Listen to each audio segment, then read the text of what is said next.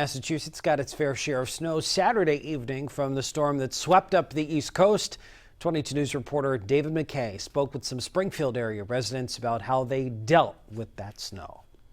Ah, yes, another snowstorm has left its mark, and it's nothing most in the area aren't accustomed to. I've been here 77 years. I've been used to it.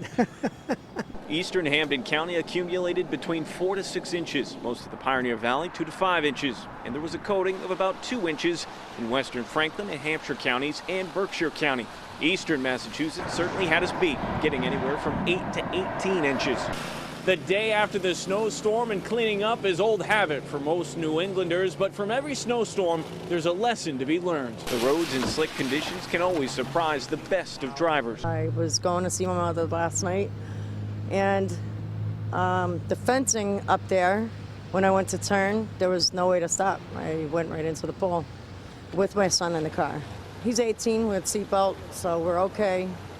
I'm a little sore, but my car's pretty bad. Leslie Headley says she's thankful that she and her son are okay, and the car will only need minor fixing. Some decided to just wait the storm out at home if they could. Well, I don't like the snow, and I need to get out of New England. I was just in Florida a couple of weeks ago. 80 degrees when I left, and come back to this. Miserable. But even with all the headaches and misery the snow can cause, for some, especially the little ones, the winter weather is more than welcome, and it can be a whole lot of fun. In Chicopee, David McKay, 22 News.